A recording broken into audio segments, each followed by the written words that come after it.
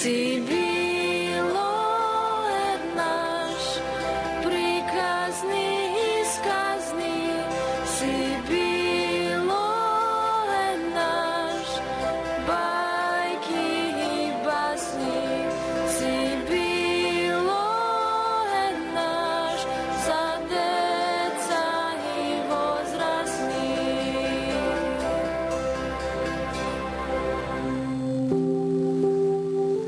Си била една девојка. Си имала татко и макеа, а со нив живееле и двете ќерки на макеата. Девојката спиела покрај огништето, па секогаш имала прав и пепел по облеката. Затоа ја нарекле Пепелашка.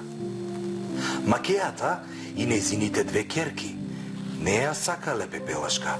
Многу лошо се однесувале со неа. Ја терале да чисти, да пере и да готви. А тие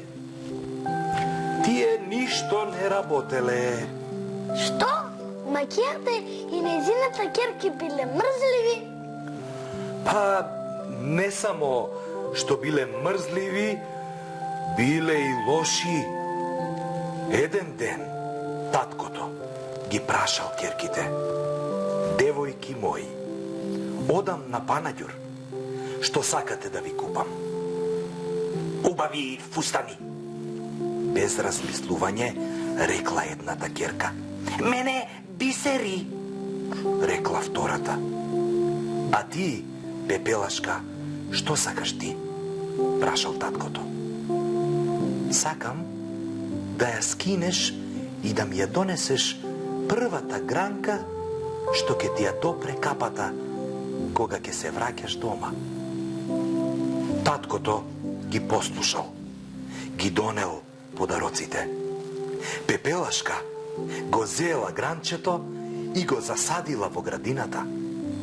Од гранчето никнало дрво, а на дрвото секој ден слетувала една бела птица. Волшебна птица. Волшебна? Како волшебната рибка? Да. Белата птица. Секогаш кога Пепелашка ќе помислела некоја желба, ќе запеела волшебна песна и бум! Желбата се исполнувала. Леле, колку убаво да посакаш желба и да ти се исполни. Еден ден принцот правел забава на која ги поканил сите девојки во кралството. Решил да си одбере жена. Двете полусестри на Пепелашка почнале да се дотеруваат, а Пепелашка им рекла: може ли и јас да дојдам? Зарем ти, Пепелашке, полна со прав и пепел, да одиш во дворецот? Писнала макејата.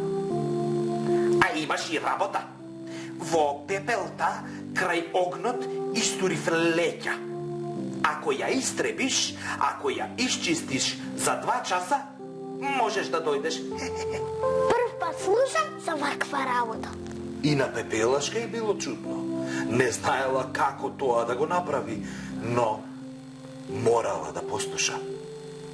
Тажна излегла во дворот, седнала покрај нејзиното дрво и во тој момент долетала белата птица.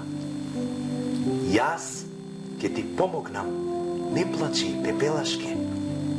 Волшебната птица повикала многу птици и тие за помалку од 2 часа ја истребиле леќата. Макејата се зачудила и се изнервирала, па веднаш истурила уште 2 чини леќа во пепелта. Ако за 1 час ја истребиш леќата, ќе дојдеш кај принцот, рекла таа. Птиците повторно долетале и клюц, клюц, клюц, клюц, клюц, ја завршиле работата. Немаш фустан и не знаеш да танцуваш. Нема да дојдеш со нас, рекла макејата и со двете ќерки отишле на забавата. Пепелашка седнала покрај дрвото што го засадила и пак заплакала. Дошла ли волшебната птица? Да, долетала и вау! За миг Пепелашка била облечена во преубав фустан каков што Пепелашка никогаш не видела. Розова тантела ја красела косата, а на нозете имала најубави розови чевли. На волшебен начин се појавила и кочија. Оди на забавата, но внимавај, на полноќ магијата ќе ја снема. До полноќ мораш да се вратиш дома, рекла белата птица. Пепелашка и се заблагодарила и пресрекна тргнала на забавата. А таму била толку убава, што макејата и сестрите не ја препознале. И што се случувало на забавата? Сите се забавувале, а принцот, кога ја видел Пепелашка, заборавил на сите други девојки. Се влюбил во Пепелашка и цела вечер танцувал само со неа. Сите се восхитувале на убавата двојка, но никој не знаел која е прекрасната девојка. А Пепелашка толку убаво си поминувала што не забележала дека времето минува. Кога на полноќ часовникот почнал да отчукува, преплашена, Пепелашка истрчала од дворецот. На скалите се сопнала и левиот чевел и паднал од ногата.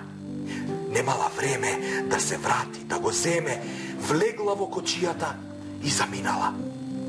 Точно пред нејзинат куќа, магијата, пуф, исчезнала. Принцот го зел чевелот и рекол: жена ќе ми биде таа која ќе може да го облече овој чевел. Го поминал целото царство, но ниједна девојка не можела да го облече малиот волшебен чевел. И двете полусестри на Пепелашка го пробале чевелот, но им бил мал. А Пепелашка го пробала ли чевелот? Макејата не сакала Пепелашка да го проба чевелот, но принцот повторил: чевелот ќе го проба секоја девојка во кралството. И не е важно дали е сиромашна или богата, убава или помалку убава. Кога принцот го ставил чевелот на ногата на Пепелашка, на изненадување на сите, розовиот чевел и бил точен. Ова е мојата невеста, викнал принцот. Макејата и сестрите позеленеле од мака, море пукнале од мака. А принцот ја качил Пепелашка на конјот и ја однел во дворецот. Таму направиле голема свадба и живееле долго и среќно. Сакам приказни со среќен крај. На добрите луѓе среќата им се насмевнува кога најмалку се надеваат. А оние кои им прават лошо на другите не се среќни луѓе. Многу убава приказна ми раскажа.